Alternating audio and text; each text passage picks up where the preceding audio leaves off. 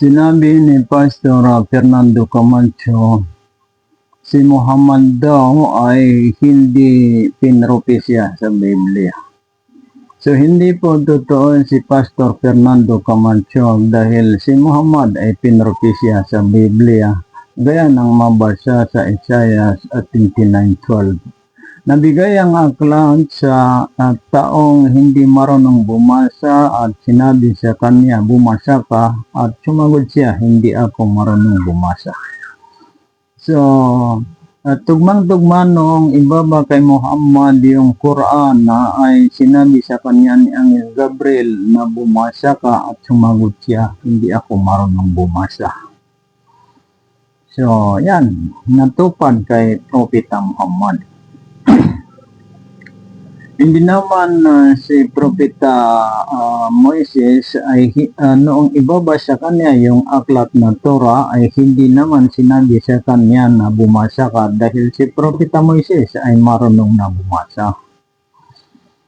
Ganon din si Propeta Jesucristo noong ibaba sa kanya yung aklat na Injil ay hindi sinabi sa kanya na bumasa ka dahil marunong siyang bumasa.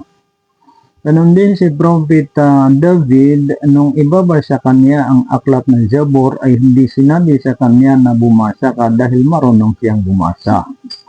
So sinong propeta ang hindi marunong bumasa? Walang iba kundi si Propeta Muhammad. Dahil nabanggit dito sa Quran na si Muhammad ay ummi, hindi marunong bumasa at hindi marunong sumulat. O sinong propeta hindi marunong bumasa? Walang iba kundi si Propeta Muhammad.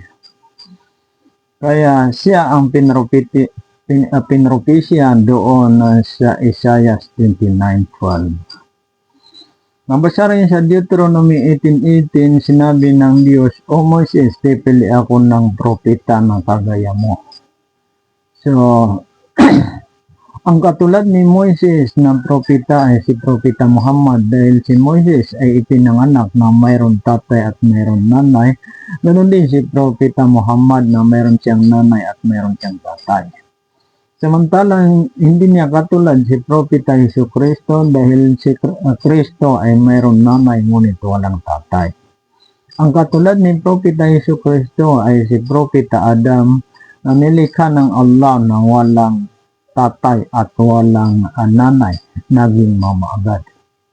So ganyan din ang paglikha ng Allah kay Propeta Jesucristo, iniutos ng Allah kay Anghel Gabriel na iihip niya yung kaluluwa doon sa tiyan ni Maria, kaya nabuntis si Maria at sinabi ng Allah ang kun fayakun, kaya nabuhay si Jesucristo sa tiyan ni Maria at ipinanganak na si Jesucristo.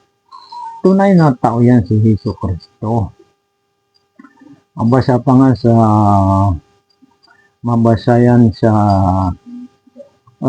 Lucas 2:21, si Jesucristo ay tinuli ng mga tao. So talagang si Propeta Jesucristo ay siya ay hinulaan sa Biblia dahil mabasa din sa Juan 14:16, sinabi ni Jesucristo, dadalangin ako sa Diyos na bigyan kayo ng iba pang mga aliw na makakasama niyo magpakailanman. So, sino ang tinutukoy ng mga aliw? Propeta yun, hindi yun espiritu. Kasi kung espiritu ay hindi naman makaaliw ang espiritu, di ba? At isa pa, si Propeta Jesucristo ay hindi na kailangan maghingi ng espiritu na darating dahil mayroon ng espiritu sa panahon niya. Nauna pa nga nilikha ang espiritu kaysa kay Jesucristo. So bakit pa siya hingi ng espiritu? Mayroon ng espiritu. At isa pa, ang espiritu ay hindi yan makaaliw. Walang dalang makaaliw ang espiritu. So, si Muhammad may dalang makaaliw dahil dala niya ang Quran at Hadith niya. Yan ay magagamit magpakailanman. Ibig sabihin, makaaliw magpakailanman. Kasi ang Quran ay nakakaaliw yan. Kahit ilang bisis mo balik-balikan basahin na ay hindi ka magsasawa.